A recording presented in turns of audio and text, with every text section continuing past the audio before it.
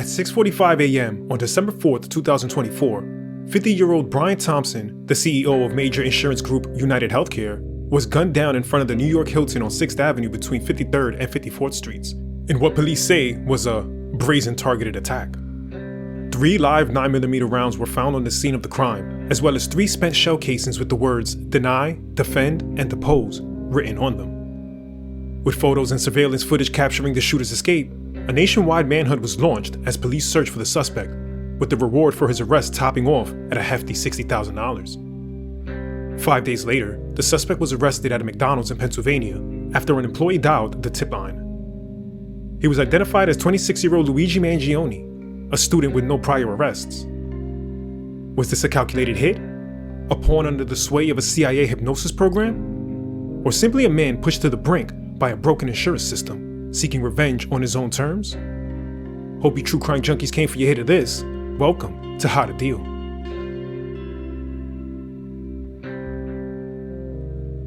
Luigi Mangione was born in Townsend, Maryland on May 6, 1998, and comes from a proud Sicilian-Italian heritage. He attended an all-boys private school in Baltimore, where he graduated as valedictorian in 2016. Luigi received a bachelor's degree in computer engineering from the University of Pennsylvania in 2020, and later received a master's in computer science and information science with his graduate curriculum concentrating in artificial intelligence. He worked as a data engineer for a car retailing website company headquartered in Santa Monica, California. His last known residence was in Honolulu, Hawaii. Luigi suffered from spondylolisthesis and Lyme disease. He underwent a spinal fusion surgery in July 2023.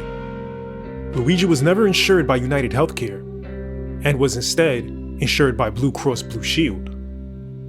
In the summer of 2024, Luigi allegedly stopped posting on social media. On November 18, same year, his mother reported him missing to the San Francisco Police Department, saying the family had not heard from him since July of that year. Brian Thompson, the now former CEO of UnitedHealthCare, was born in Iowa on July 10, 1974, and grew up on a farm. He was also the valedictorian of his high school, where he was also class president, homecoming king, and a 2-time All-State trombonist. Brian first joined UnitedHealth Group in 2004 and had previously served as the CEO of the company's government program, including Medicare and retiree coverage, and community and state programs providing Medicare and other types of coverage to millions of individuals. He was named CEO of UnitedHealthCare, UnitedHealth Group's insurance arm, in April 2021. He led the company, which employs about 140,000 people, through a period of growth, with profits rising from $12 billion in 2021 to more than $16 billion in 2022. In 2023, Thompson earned a total compensation of $10.2 million in salary and bonuses, according to a disclosure by UnitedHealth Group. On the morning of December 4th, 2024, Brian Thompson was in New York City for an investors conference at the Hilton Hotel. Brian was seen on video leaving his hotel across the street to enter the Hilton several minutes prior, about 6:40 a.m. The conference was scheduled to begin at 8 a.m., just blocks away from Rockefeller Center. The shooter appears to have known which door Brian was going to enter and was spotted on video at least 5 minutes prior to the shooting, loitering around the hotel. At 6:45 a.m., Brian was approached from behind and shot several times at point-blank range at the doorway on West 54th Street, including several rounds in the back and once in the right calf.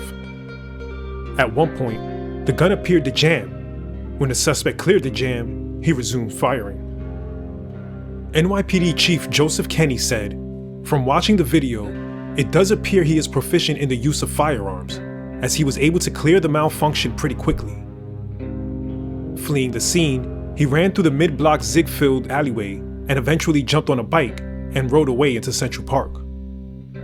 Investigators later recovered surveillance images from a Starbucks 1 block away, where the suspect visited a few minutes before the shooting, and a cell phone was found along the escape route.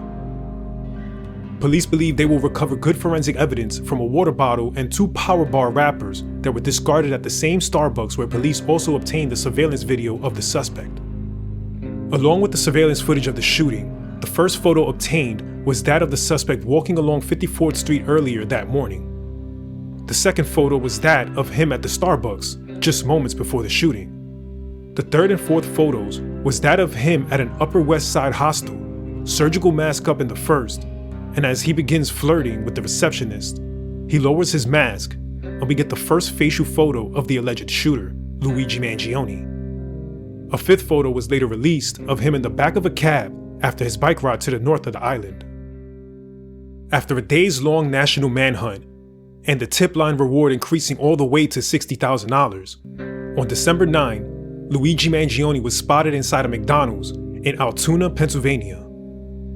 The regulars began gossiping about a specific customer who caught their attention. "Don't that look like the shooter from New York?" one of the regulars recalled to his friend jokingly. Luigi Mangione sat alone at a table with a laptop and a backpack, according to police who arrested him at the McDonald's. An image shared on social media by the Pennsylvania State Police showed Luigi, his blue mask dangling from his ear, eating what appeared to be a McDonald's hash brown. About 9:15 a.m., a pair of officers found the man in the rear of the building at a table, looking at a laptop. They asked him to pull his mask down. Altoona officers immediately recognized him. The officers asked the man for ID. That's when he handed them a fake New Jersey ID with the name Mark Rosario. When they asked whether he had been to New York City recently, he became quiet and started to shake. When they told the man he was under a police investigation, he gave officers his real name, Luigi Mangione. When asked why he had used the fake name, the suspect replied, "I clearly shouldn't have." Police found a black 3D printed pistol with a loaded Glock magazine and a black silencer that was also 3D printed in his backpack, both consistent with the weapon used in the murder. Along with the fake ID and the weapon, he was also carrying a handwritten document that speaks to both his motivation and mindset. This manifesto did not include specific threats, but did indicate ill will towards corporate America. His manifesto declares his respect for the feds, explains how America was the #1 most expensive healthcare system in the world, yet ranks number 42 in life expectancy, and claims he was working alone. Luigi appeared to be driven by anger against the health insurance industry and corporate greed as a whole, according to an NYPD intelligence report obtained by CNN. Initially, Luigi was charged with murder, 2 counts of second-degree possession of a weapon, and a charge for possessing a forged document. At his first court appearance in Pennsylvania, Luigi verbally pushed back against the prosecution's claims that $8,000 in cash was found on him, suggesting that the money was planted. A day later, as police escorted him from their vehicle to the courthouse in Pennsylvania, in a highly publicized perp walk for an extradition hearing, Luigi Mangione could be heard yelling, "This is completely out of touch," and an insult to the intelligence of the American people and their lived experience.